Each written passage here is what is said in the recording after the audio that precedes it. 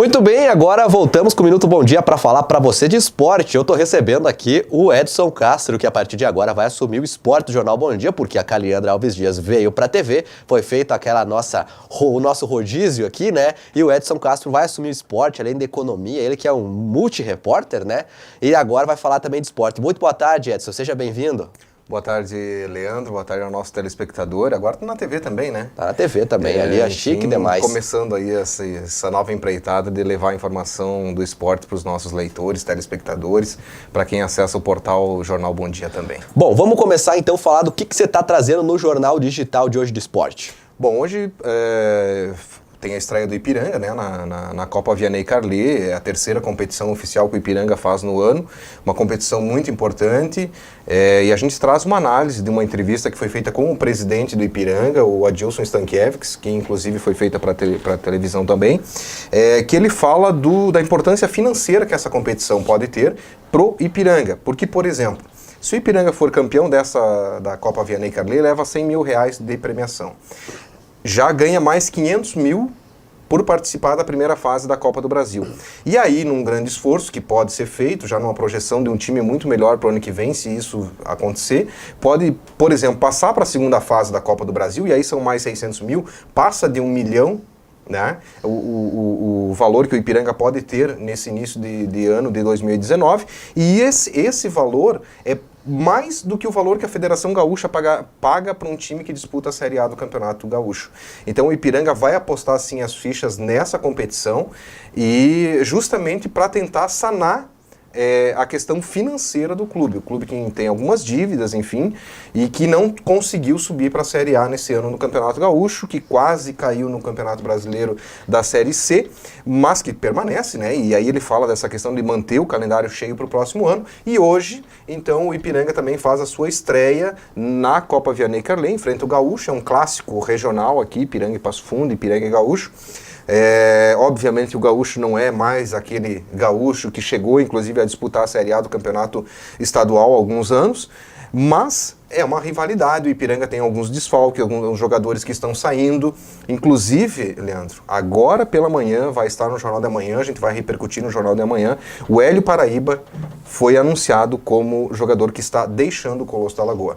Era uma das expectativas em relação ao torcedor, e ele também vai estar fora, inclusive já do jogo de logo mais à noite contra o Gaúcho. Essa partida que é no Colosso às 7 horas. O Gaúcho que disputa a Terceirona esse ano quase subiu para a divisão de acesso, que é a divisão que está o Ipiranga no Campeonato Gaúcho, não por causa de um erro da direção lá, um enrolo que deu lá contra o Rio Grande, mas é o seguinte, voltando a falar de Copinha, quem é que pode incomodar o Ipiranga ali? Pelotas, por exemplo, para você ver na lista dos times nesse momento? A gente traz aqui os 3 grupos que formam a competição nessa primeira fase. O Ipiranga está no mesmo grupo do Internacional. Eu acho que o Ipiranga não entra como uma força nessa competição. Ipiranga vai ter que mostrar isso ao longo da competição. Existem algumas equipes, o próprio presidente Adilson fala sobre isso, mais tradicionais, equipes que já estão preparando o time para a Série A do Campeonato Gaúcho no ano que vem já com uma qualidade um pouco superior. Para mim, o Ipiranga não é favorito nessa competição, vai ter que mostrar isso ao longo das próximas fases. Vale lembrar que na primeira fase o sistema é jogo de ida e volta, e aí depois os matas a partir das oitavas de final. Para mim, o Ipiranga entra como um time que vai ter que provar. Vale lembrar que se Inter e Grêmio chegarem à final, por exemplo, eles já têm vaga na Copa do Brasil, já têm vaga no Brasileiro da Série A. Então as vagas da Série D e da Copa do Brasil vão automaticamente para outros clubes. O Ipiranga teria que estar aí pelo menos entre os 3 primeiros, eu acho, para tentar beliscar uma vaga na Copa do Brasil. Bom, vamos ver mais então sobre essa estreia do Ipiranga na Copinha, na reportagem especial agora da TV Bom Dia. Te liga. O Ipiranga estreia nessa quarta-feira em mais uma competição, a terceira nessa temporada. Depois de não conseguir êxito na divisão de acesso do Gauchão, onde seguirá na segunda divisão, e ter conseguido se livrar do rebaixamento para a Série C do Campeonato Brasileiro, o foco agora é outro: buscar uma vaga na Copa do Brasil em 2019. Para isso, o Canarinho terá ao menos que chegar à final da Copa Vianney Carlet, que para o clube erechinense começa hoje. hoje. O primeiro desafio já será um clássico regional diante do Gaúcho de Passo Fundo. O jogo começa às 19 horas no estádio Colosso da Lagoa. Os ingressos já estão definidos: R$10 para as arquibancadas e R$50 para as cadeiras. Sócios com mensalidade em dia têm acesso às cadeiras. Idosos e estudantes com carteirinha mais o documento com foto pagam meia entrada. Muito bem, agora continuamos falando de esporte para você e vamos falar então agora do Grêmio. O Grêmio tem decisão por vaga hoje na Copa do Brasil, é isso, Castro? Exatamente, o Grêmio tem decisão e, aliás, precisa vencer. Fora de casa. A partida é no Rio de Janeiro, a partir das 9h45 da noite. O Grêmio enfrenta o Flamengo. O primeiro jogo terminou empatado aqui em Porto Alegre. Gol que o Grêmio sofreu no último, praticamente nos últimos minutos aí do jogo, né? Deixou de ter uma vantagem importante para o jogo da volta. Vai enfrentar a pressão de um Flamengo que tem priorizado as 3 competições que disputa, Copa do Brasil, Brasileiro e Libertadores, é vice-líder do Campeonato Brasileiro, é uma equipe muito qualificada. A gente sabe, obviamente, do potencial do Grêmio, né, que é hoje um dos principais times do país, mas espera-se muita dificuldade para esse jogo. Talvez a gente tenha aí um dos principais jogos dessa fase da Copa do Brasil. Bom, e sobre o Internacional, o que você destaca ali no cantinho?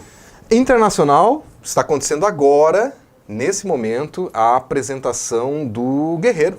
Uma das maiores contratações. Eu vi que o Fernando está comemorando lá, bem quieto no canto lá. O Guerreiro chegou em Porto Alegre no meio da manhã, parou Porto Alegre, né? Uma das maiores contratações do futebol gaúcho nos últimos anos. Paulo Guerreiro chega com um contrato de 3 anos para o Internacional, está sendo apresentado agora ao meio-dia em Porto Alegre. Daqui um pouquinho, início da tarde, vai ter uma recepção, Leandro, daquelas estilo europeu, né? A torcida vai estar no estádio, ele vai ser recebido dentro do gramado do Beira-Rio. Uma grande contratação que o Internacional está trazendo, apostando, e olha, bacana a estratégia do Internacional. São 2 estratégias que o Inter vai lançar a partir da contratação do Guerreiro. A primeira, o número da camisa, 79. Último título brasileiro, 1979. E a segunda, o Internacional, junto com o seu patrocinador de uniforme, deve relançar nos próximos dias uma camiseta do Internacional com aquela faixa vermelha que representa também a camiseta do Peru. É uma espécie de ambientar um pouquinho mais o Guerreiro ao time do Internacional. Olha, muito bacana a ação de marketing do Inter. Muito legal. Bom, na contracapa do Bom Dia de hoje, você está falando um pouquinho sobre o Atlântico. Ontem teve jogo e teve saída também. Exatamente. Aliás, a saída foi no domingo ainda, né, Leandro? Uma saída que pegou muita gente de surpresa. O Cabriúva foi contratado como uma das maiores contratações que o Atlântico fez na história. A gente teve algumas contratações bastante pesadas, vamos dizer assim, do Atlântico, quando veio do Joinville, alguns outros jogadores que acabaram vindo pro Caldeirão do Galo, o próprio Everton um tempo atrás, enfim, o Ivan, goleiro que já tinha sido do Internacional na época, enfim, foram algumas contratações importantes, mas o Cabriúva realmente ele veio com um staff e é um bom jogador, um ótimo jogador, estava na Europa, precisava recuperar um pouco do seu ritmo, talvez voltar para a seleção brasileira, e o Cabriúva ele ficou esse início de ano aí, né? São pouquinho mais de 6 meses que o Cabriúva ficou no Atlântico, e aí agora está voltando para a Europa, está indo para um time que subiu da segunda divisão para a primeira divisão do campeonato italiano. Realmente, eu acho que foi uma grande perda para o Atlântico, principalmente porque o Elton fala aqui nessa reportagem da possibilidade de contratar algum jogador para o lugar do Cabriúva. E aí buscar qualidade nesse momento, dentro do futsal, que a Liga Nacional está acontecendo, que os campeonatos estaduais estão acontecendo, é realmente bastante complicado. E falando em estadual, ontem à noite, o Atlântico acabou empatando com a Soeva, 1-1, um jogo que o Atlântico saiu perdendo, num erro de saída ali do goleiro Ângelo, uma infelicidade, porque o Ângelo, embora essa infelicidade do gol da Soeva, o Ângelo acho que foi o jogador que determinou a possibilidade de empate na segunda etapa, porque ele fez pelo menos 2 ou 3 defesas importantíssimas no primeiro tempo, que garantiram apenas 1-0. E aí, na segunda etapa, o Atlântico foi buscar o empate com o que quer. Bom, a nossa reportagem preparou uma matéria especial sobre a saída do Cabriúva aqui do Atlântico. A gente vai mostrar para você a partir de agora, já a gente segue falando do Atlântico. Te liga. O vínculo do ala Cabriúva com o Atlântico chegou ao fim antes do previsto. O jogador deixou o clube após a disputa da Taça Brasil que aconteceu em Erechim na última semana. O atleta defendeu as cores do Galo pela última vez justamente na final da Taça Brasil, onde o time perdeu a decisão para o Pato. Agora defenderá o Marítimo da Itália, que acaba de subir para a primeira divisão da Liga Nacional. Cabreúva foi anunciado no final de 2017, com grande destaque, pois além de passagens pela seleção brasileira, também se tornou um dos principais nomes do futsal brasileiro dentro e fora do país nos últimos anos. Bom, voltamos então com o Minuto Bom Dia, Edson, e continuando falando, a gente estava falando exatamente da força agora da Liga Nacional. A Liga Nacional volta no fim de semana, o Atlântico já tem jogo, e é o seguinte, a gente pôde ver pela Taça Brasil, né, que esse ano aí realmente, o Atlântico, você considera favorito para ganhar a Taça Brasil pelo time que está aí? A Liga Nacional? A Liga Nacional, desculpa. Acho que sim. Acho que o Atlântico está entre os favoritos a ganhar a Liga Nacional desse ano, tanto é que é o vice-líder da competição. A Liga Nacional que volta no próximo sábado, o Atlântico enfrenta o Tubarão, né? Eu ainda acredito que o Atlântico esteja entre os favoritos, embora a gente tenha visto alguns times jogarem muito mais do que a gente previa em relação ao início da Liga Nacional. O próprio Pato Futsal, não é porque ele é campeão da Taça Brasil agora, numa competição que é um pouco diferente, é uma competição de curto prazo, né? A Liga vai o ano todo, mas o Pato eu acho que se credencia sim a ser uma das surpresas dessa Liga Nacional. E a gente tem os times tradicionais, a CBF, o Magnus, o próprio Joinville, que são equipes muito fortes, muito qualificadas. O Atlântico está entre esses 4. Para mim, existem 4 favoritos a ganhar o título da Liga Nacional. O Atlântico, a CBF, o Sorocaba e o Joinville. Pode surgir alguma surpresa? Normalmente surge.